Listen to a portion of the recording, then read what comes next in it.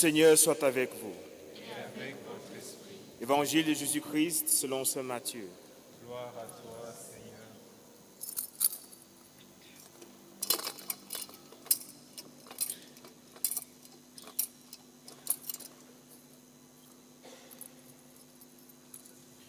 Jésus, arrivant de Galilée, paraît sur les bords du Jourdain. Il vient à Jean pour se faire baptiser par lui. Jean voulait l'en empêcher et disait, « C'est moi qui ai besoin de me faire baptiser par toi, et c'est toi qui viens dans moi. » Mais Jésus lui répondit, « Pour le moment, laisse-moi faire. C'est de cette façon que nous devons accomplir parfaitement ce qui est juste. » Alors, Jean le laisse faire. Dès que Jésus fut baptisé, il sortit de l'eau. Voici que les cieux s'ouvrirent, et il vit l'Esprit de Dieu descendre comme une colombe et venir sur lui. Et des cieux, une voix disait, « Celui-ci est mon Fils bien-aimé. En lui, j'ai mis tout mon amour. » Parole de Dieu. Louange à toi, Seigneur Jésus.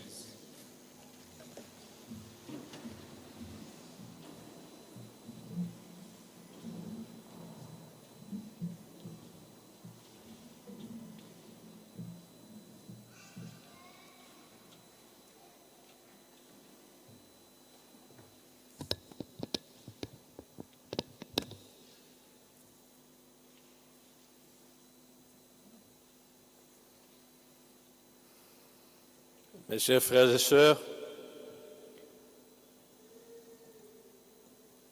un tout petit peu, si on fait un peu un retour sur certains événements qui marquent notre histoire de salut,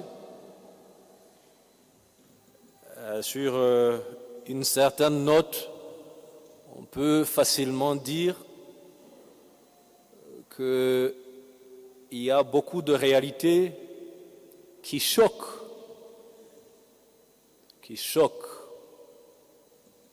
Aujourd'hui, nous sommes en train de fêter le baptême de notre Seigneur.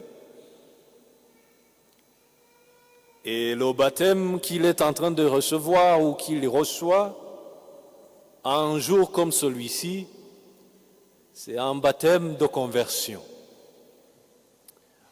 Un baptême qui a été conçu, perçu pour les pécheurs, comme vous et moi. Et Jean-Baptiste criait, convertissez-vous, et chacun venait lui demander, moi, qu'est-ce que je peux faire pour hériter le royaume de Dieu?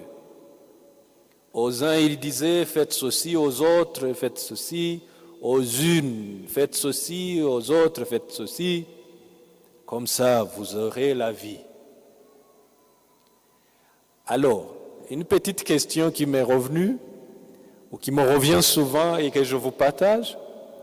Quand Jésus est arrivé, qu'est-ce que Jean-Baptiste lui a dit? Est-ce qu'il devait lui dire ce qu'il a dit aux autres?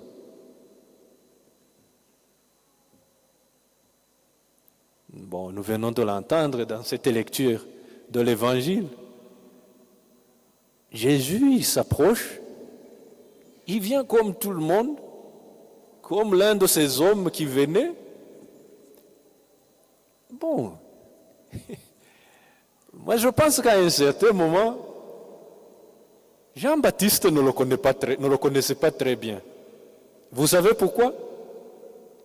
Est-ce qu'il n'y a pas un endroit où à un certain moment il va dire, mais c'est toi que nous devons attendre ou nous devons en attendre un autre? Et Jésus a envoyé ses disciples pour lui dire, les aveugles voient, les boiteux marchent. Voilà, bon, il y a des signes quand même qui peuvent t'indiquer, qui peuvent te dire que c'est moi, c'est bien moi. Donc quand Jésus arrive pour se faire baptiser, est-ce que nous sommes sûrs que Jean-Baptiste savait exactement qui il est? Ou bien il avait toujours quelques confusions? Mais ok, disons que non. parce qu'il ose dire, non, c'est toi qui devais au fait me baptiser. Ce n'est pas moi qui allais te baptiser, qui te baptiserai. Non, c'est bien toi. Ça choque quand même. Il se retrouve. Peut-être il se retrouve. Oui, j'essaie de semer cette petite confusion justement parce que dans notre façon de recevoir, de voir les choses et de percevoir les choses, on est toujours on n'est pas trop sûr.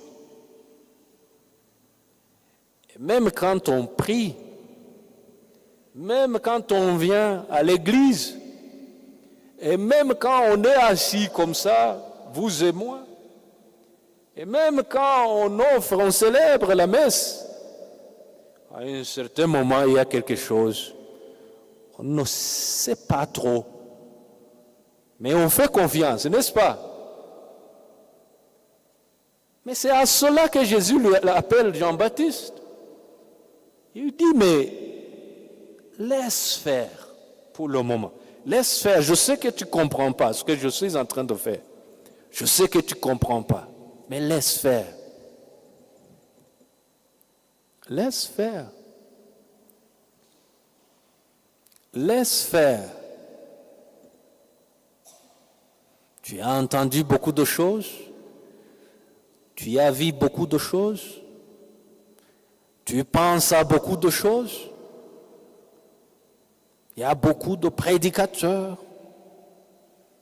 Il y a beaucoup d'hommes et de femmes très intelligents et très intelligentes qui savent comment expliquer les choses de ce monde. Cela peut-être pourrait t'amener à ne plus croire, à ne plus avoir la foi en Dieu. Il y a beaucoup de choses qui se passent autour de toi.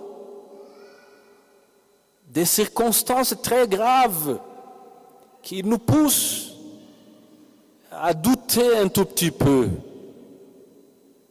N'est-ce pas? Ça arrive, ok, si ça t'est jamais arrivé, nous rendons grâce à Dieu et nous prions pour que ça n'arrive jamais. Mais c'est à ces moments-là, dans des moments de ce genre, dans des moments de doute, dans des moments de situation incongrue, que l'on ne comprend pas, on ne voit pas bien, on ne sait pas le point de départ et le point d'arrivée, on ne sait pas le début, on ne sait pas la fin. Et c'est dans des moments comme ça que le Seigneur invite à la confiance en lui et pas à mon intelligence et pas à mes capacités d'être humain. Parce que les capacités d'un être humain ont des limites. Ont des limites. Jean-Baptiste laisse faire. Le Seigneur, aujourd'hui, veut faire quelque chose. Moi, je suis en train de les voir. Ils sont presque contemporains. Hein? Il faut quand même. Ils sont contemporains parce que on nous dit dans l'Évangile que Jean-Baptiste, à un certain moment, il est conçu quelques mois avant la conception de Jésus. Et il est conçu pour être son précurseur, pour l'annoncer, pour parler de lui.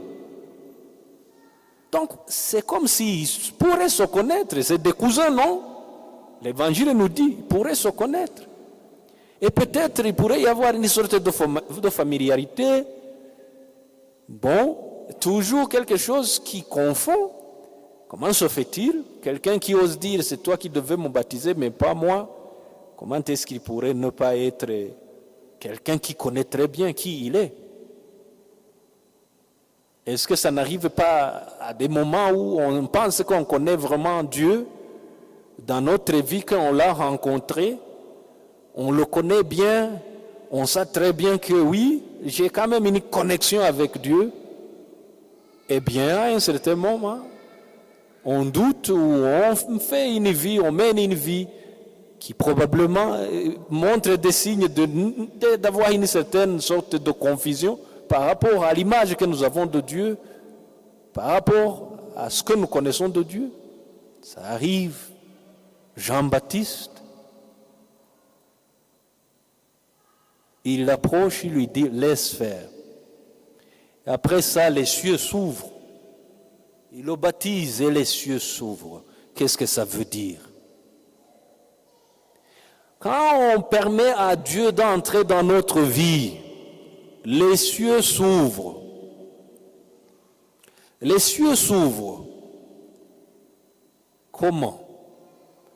La première lecture et la deuxième lecture nous disent quelque chose sur ça. Le monde qui entre en contact avec Dieu, le monde qui donne de l'espace, de la place à Dieu, c'est un monde habité, c'est un monde vivant de la justice, habité par la justice, la paix. Il ne va pas froisser le roseau qui faiblit. Il ne sera pas faible. Il va travailler, il va faire tout pour que la justice règne. La justice. La justice. Le ciel s'ouvre et la justice règne. Le ciel s'ouvre et la joie vient. Le ciel s'ouvre et une cohabitation heureuse dans les familles, dans les lieux de travail, dans nos villages, dans nos coins d'habitation. Il y a quelque chose de divin qui arrive parce qu'on a permis à Dieu d'entrer dans notre histoire, dans notre vie, parce qu'on le laisse faire. Parce qu'on laisse Dieu faire. Mes chers frères et sœurs, je ne pense pas que ça vaut la peine de dire beaucoup de choses. Moi, je vous invite tout simplement aujourd'hui, et je nous invite, moi y compris, à laisser Dieu faire. Laisse Dieu faire. Donne-lui de l'espace. Ouvre-lui ton cœur. Ouvre-lui ton corps. Ouvre-lui ton esprit. Ouvre-lui ta maison. Ouvre-lui ton business. Ouvre-lui ton travail. Ouvre-lui tes amitiés, tes relations. Ouvre-lui la porte de ton couple. Ouvre-lui tes études, la porte de tes études. Ouvre-lui la porte de tes préoccupations. Ouvre-lui cet espace. Et sur cela, même si je peux avoir des doutes quelque part, sur cela, je ne doute pas que des cieux vont s'ouvrir. Les cieux vont s'ouvrir. Et une pluie abondante de grâce et de dons va tomber. Et quand elle tombe, cette pluie-là, elle ne peut pas retourner sans avoir arrosé cette terre qui est ta vie. Et cette terre qui est ta vie va fleurir. Le Seigneur soit avec vous.